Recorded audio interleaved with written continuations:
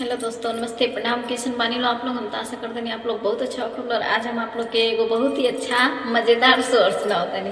तो आप लोग के कैसा लगे कमेंट करो लो। आई लो गीत सुनी लो।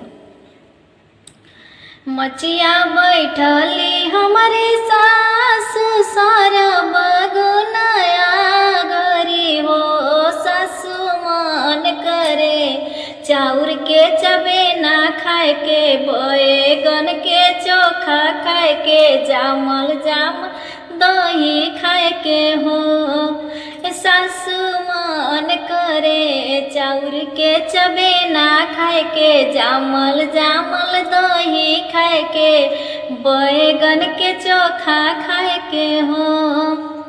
इतना वचन सासु सुनाले सुनही नहीं पावेली हो। हे रामा कोठिला कोठिला चौरा चरावेली, खुदियो ना देखावेली हो। ए सखी हो कोठिला कोठिला चौरा चरावेली, खुदियो ना देखावेली हो।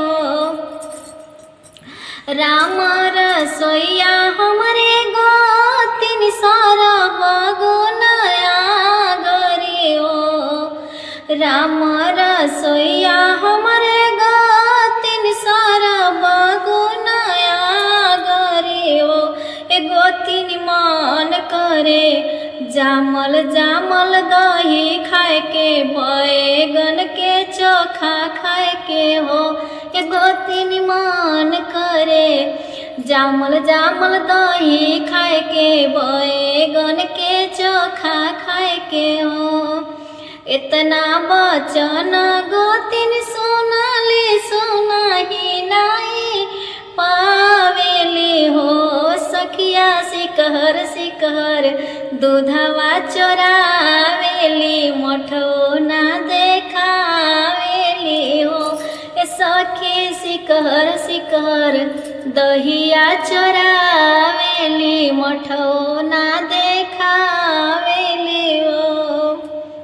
Bye Deere.